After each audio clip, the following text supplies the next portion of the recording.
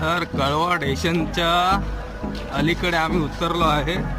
फुल ट्रेनचं काहीतरी इश्यू झालेला आहे ठाणे स्टेशनला. सिग्नल इश्यू आहे की पूर्ण पब्लिक वॉकिंगमध्ये जात आहे.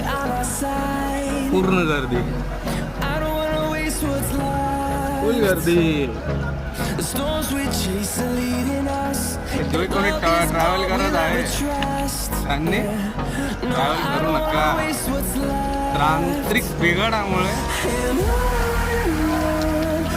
ठाणे स्टेशनला जसं अनाऊन्स केलं आहे ट्रेनमध्ये